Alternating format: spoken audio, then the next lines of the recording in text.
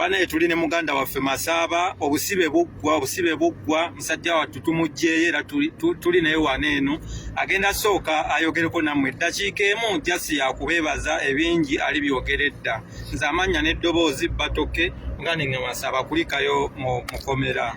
Njagala kubeebaza mwenna abatubeereddemu okusooka njawo kwebaza ekibiina kya National Unity Platform, nebaze famire yange, nebaze looya wange akoze omulimu gw'amaanyi, Mukama amutuweera omukisa.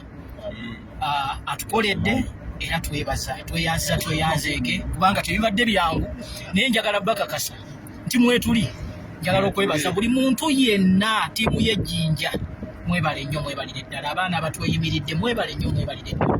Ebitagenze bulungi mutusonyiwe, naye nga tusuubiza nti tujja kuba tukuwulira, naye nga tweyanzeege, mwebale nnyo, mwebalire ddala.